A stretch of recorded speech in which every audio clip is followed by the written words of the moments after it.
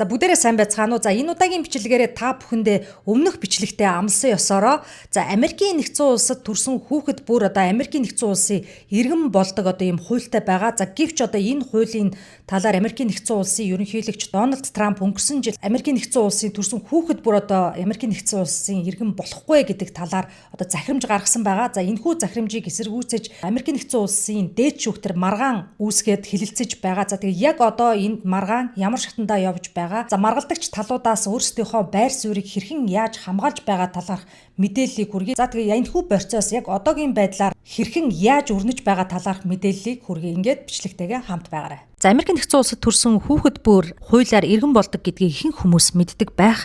За энэ эрх нь Америкийн нэгдсэн улсын үндсэн хуулийн 14-р нэмэлт өөрчлөлтөөр шууд бичигдсэн байдаг.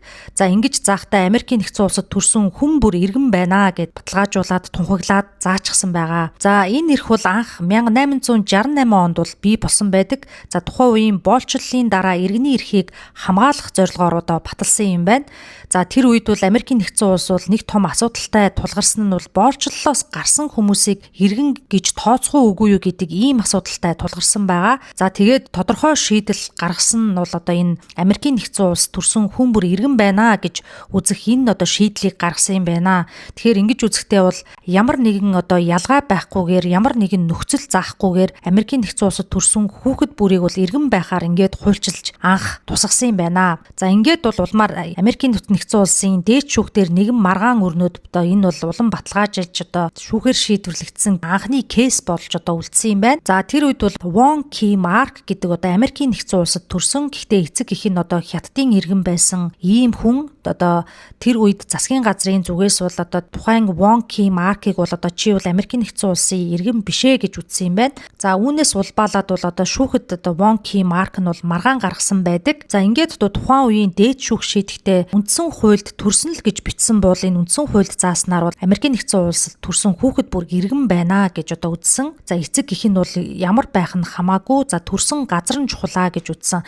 За тэгээд энэ шийдвэрийн анх гаргасан бас дээд шүүхийн зорилго нь бол маш тодорхой байдаг. За ингэж үзэхдээ бол дээд шүүх шийдвэртээ маш хүчтэй нэгэн үндслэлийг гаргасан байдаг. За энэ үндслэл нь бол альва одоо Америкийн нэгдсэн улсад төрсэн хүүхдийг за улс төрийн альва хавчлага буюу улс төрийн альва нөлөөллөөс хамгаалахаар иргэнийхээ эрхийг одоо баталгаажуулж гаргасан ийм шийдвэр байна. За тэгээд энэ цаг үеэс хойш одоо 125 жил энэ зарчим энэ заалтыг бол огт өөрчлөөгүй. За ягштал хэрэгжиж Америкийн нэгдсэн улсад төрсэн хүүхэд бүр иргэншил болсоор бол одоо өдийг хүрсэн байдаг. За саяхан буюу одоо 2024 онд Америкийн нэгдсэн улсын ерөнхийлөгч Дональд Трамп одоо ерөнхийлөгчөөр сонгогдсноос хойш бол энэ хууль бус цаашлалтай холбоотой асуудалд маш хатуу байр суурийг илэрхийлж Америкийн нэгдсэн улсын төрийн департамент буюу холбогдох газруудаар бол шат дараалсан ийм хяналт шалгалтыг бол хатуу болгох ийм шийдвэрүүдийг бол алхам бүрээр бол чангатгаад явж байгааг бол бид бүгдээрээ мэдэж байгаа. За ингээд өнгөрсөн онд буюу 2025 оны 1 сарын 20-нд одоо Америкийн нэгдсэн улсын ерөнхийлөгч Дональд Трамп бол нэгэн захирамж гаргасан. За энэ захирамж нь бол за хэрвээ эцэг эх нь хууль бусаар оршин суудаг за эсвэл төр оршин суух визтэй бол Америкийн нэгдсэн улсад төрсэн хүүхдийг иргэн биш гэж үзнэ гэсэн ийм захирамжийг бол гаргасан. За тэгээд яг энэ захирамж гаргасны дараа бол нийгэмд бол маш их томоохон эсэргүүцэл, хуульчид болон иргэний нийгмийн байгууллагууд за Америкийн нэгдсэн улсын иргэдийн зүгээс бол маш хүчтэй эсэргүүцэл нийгэм даяар бол өрнсөн. За энэ захирамж одоо бараг шууд гармагц одоо шүүхэд өгсөн гэж хэлж болно. За ингээд жирэмсэн эмэгтэйчүүд иргэний эрхийг хамгаалах байгууллагууд Америкийн нэгдсэн улсын мужуудын засаг захиргаануудын зүгээс ингээд удаа дараасан нэхэмжлэлүүдийг шүүхэд гаргаж Америкийн нэгдсэн улсын ерөнхийлөгч Дональд Трампыг эсэргүүцсэн ийм нэхэмжлэлүүдийг гаргасан байдаг. За жишээ нь жирэмсэн нэг эмэгтэй одоо ингэж маргасан байдаг. За миний хүүхэд төрхөөсөө ч өмнө Америкийн нэгдсэн улсын засаг захиргаандууд ялгуурлан гадуурхагдж байна гэж бол үзсэн. За иргэний эрхийн байгууллагуудын зүгээс бол маш тодорхой үндслэлүүдийг зааж шүүхэд өгсөн байгаа. За мэдээж энэ бол Америкийн нэгдсэн улсын үндсэн хуулийн 14-р нэмэлт өөрчлөлтийг шууд зөрчиж байна гэж үзэж өгсөн. За Америкийн нэгдсэн улсын мужуудын засаг захиргааны зүгээс за манай мужийн нутаг дэвсгэрт төрсэн хүүхдийг иргэн биш гэж үзэх эрх холбооны засгийн газарт байхгүй гэсэн ийм үндслэл бүхий маргааныг гаргаж одоо ингээд шүүхэд нэхэмжлэл гаргасан байгаа. За ингээд улмаар одоо төд удалгүй Америкийн нэгдсэн улсын Federal Court буюу одоо холбооны шүүхүүд энэ Америкийн нэгдсэн улсын ерөнхийлөгчийн захирамжийг бол шууд одоо зогсоосон байгаа. За энийг одоо Монголын хууль тогтоомжоор одоо тайлбарлаж хэлэх юм бол түтгэлзүүлсэн гэж ойлгож болно. За төр хэрэгжилтийн зогсоогоод түтгэлзүүлчихсэн байгаа гэж ойлгож болно. За үүнтэй холбогдуулаад Америкийн нэгдсэн улсын холбооны шүүх гэдгийг бас товчхон тайлбарлаад өгье. За Америкийн нэгдсэн улсын Federal Court буюу холбооны шүүх нь үндсэн хууль, ерөнхийлөгчийн шийдвэр, улсын хэмжээний хуулийг бол хяндаг ийм шүүх. За өөрөөр хэлбэл үндсэн хууль зөрчсөн үү үгүй юу гэдгийг шийддэг ийм шүүхүүдийг бол энэ Federal Court буюу холбооны шүүх гэж үздэг. За тэгээд тэр дундаа анхан шатны Federal шүүх нь одоо за ийм шийдвэрийг бол хамгийн түрүүнд гаргадаг. За ингээд улмаар одоо энэ Federal шүүхүүд бол төр хоргийг хэрэгжүүлж одоо энэ захирамжийн хэрэгжүүлэхийг бол зогсоох шийдвэр бол гаргасан. За тэгээд шүүгчийн захирамжийн логик бол маш энгийн ойлгомжтой байдлаар гарсан. За хэрвээ энэ захирамж буруу байвал хэрэгжиж эхлэх юм бол маш олон хүний эрх зөрчигдөнө. Тиймээс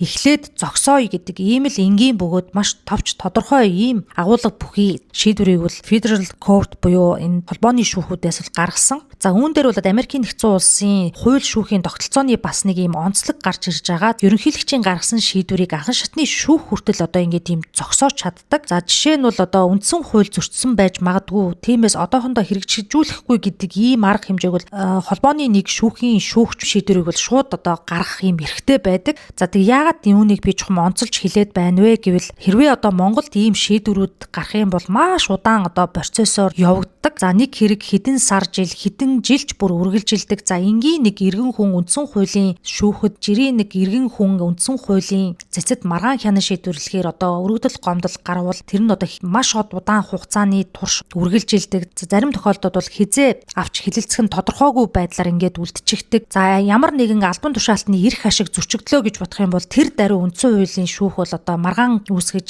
за хянан шийдвэрлээд явдаг. Тэгэхээр энд бол хүн бүрт хууль шүүхийн өмнө эрхтэгш байх боломж бол Монголын нөхцөлд бол яг энэ жишээнээс харахад бол маш дутмаг байгаа нь харагдаж байгаа. За хүн бүрт алагчлалгүй хууль хэрэгжихгүй байна. Зөвхөн одоо албан тушаалтан дараа нарт л одоо хууль ашигтайгаар хүрч шийдвэрлэгддэг ийм одоо энгийн жишээг бол одоо энэ процессноос бол харж болно. Тийм ч учраас Америкийн нэгдсэн улсад шүүх засаглал бол маш хүчтэй. За төрийн эрх мэдлийн институт хоорондоо бол харилцан бие биенээ ингэж маш хүчтэй хяндаг. Шүүхийн тогтолцоо нь маш хүчтэй байдаг. Энэ бол Америкийн нэгдсэн улсын бол хуулийн засаглал хүчрэхэг тогтсон улс гэдгийг бол энүүгээр бол харж болно. За Америкийн нэгдсэн улсад бол анхан шатны шүүх хүртэл ерөнхийлөгчийн шийдвэрийг зогсоож аливаа нэг албан тушаалтан бол хуулийн дээгүүр биш. За хуулийн засаглал ямар хүчтэй вэ гэдгийг бол дахин тодтогч хэлхийг бол хүсэж байна. Тэгэхээр Монгол улсад бол энэ rule of law буюу хуулийн засаглал тогтдоггүй. Дарга төвтэй дарга ангийн аливаа нэгэн албан тушаалтны тушаар шийдвэрүүл давуу эрхтэй явсаар байгаа нь бол нууц биш юм аа. За миний хувьд бол энэ хууль чуунийхээ хувьд энэ иргэн бүрт хууль эрхтэг шүүлжлэх энэ зарчим бол Монголын хувьд бол үнэхээр алдагдсан байдаг гэдэг дээр бол шүүмжлэлтэй ханддаг юм аа.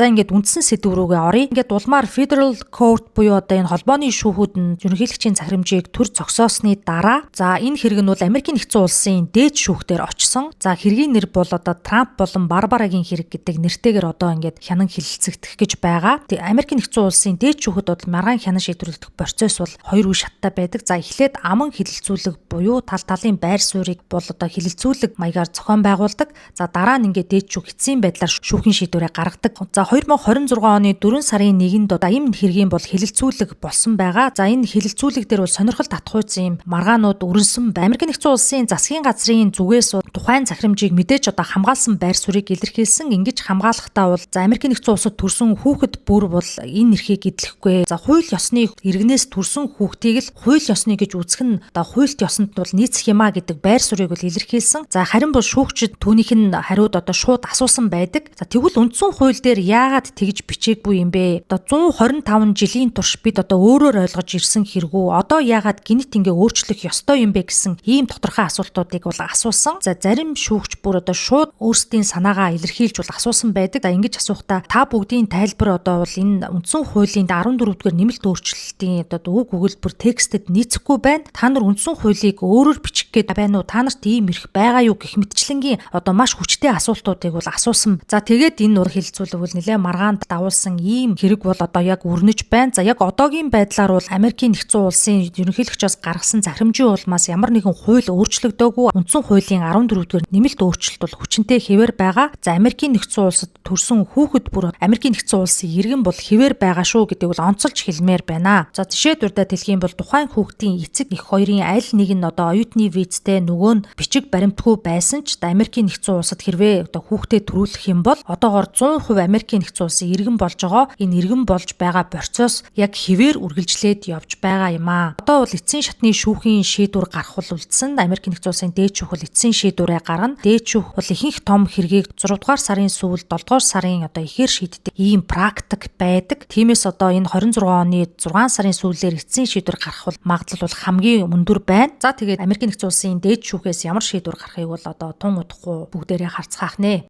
За тэгээд эдгээр мэдээллээс харахад Америкийн нэгдсэн улсын үндсэн хуульд одоо нэмэлт өөрчлөлт оруулна гэдэг бол тийм амар зүйл биш. Маш өндөр шалгуур нарийн процессыг давж байж энэ Америкийн нэгдсэн улсын хуулийг бол өөрчилдөг. За Америкийн нэгдсэн улсын Конгрессийн гишүүдийн 3-ны 2-ын саналыг авна. За Сенатын олонхын санал, за мужуудын 4-ний 3-ын саналыг авч байж Америкийн нэгдсэн улсын үндсэн хуульд бол өөрчлөлт ордог ийм нарийн шалгуур өндөр босготой байдаг. Эдгээрийг хангаж байж энэ одоо үндсэн хуулиндаа өөрчлөлт оруулна. Тэгэхээр тийм ч амархан энэ одоо үндсэн хуулиндаа өөрчлөлт оруулаа. Америкийн нэгдсэн улсын ерөнхийлөгч Трампын гаргасан энэ захирамжийг за хүлээн зөвшөөрөх бол боломжгүй юм болов уу гэдэг яг хууль чумныхаа хувьдыг бол бодол төрж байна. Хэрхэн шийдвэрлэх нь одоо 26 оны 6 сарын сүүл 7 сарын ихээр бол шийдвэрлэгдэх юм байна. За ингээд дараагийн бичлэгтээ та бүхэндээ Монгол улсын болон гадаадад амьдарч байгаа монголчуудын эрх хууль ёсны ашиг сонирхол, бусад хууль эрх зүйн танин мэдхүүн мэдээллийг цаг алдалгүй тухай бүр мэдээлж байх болно. За тэгээд хэрвээ та миний бичлэгийг цаг алдалгүй сонсхийг хүсвэл миний энэ сувгийг дагаж лайк болон subscribe дараарай гэж та бүхнээс хүсье. Ингээд дараагийн бичлэг хүртлээр түр баярлалаа.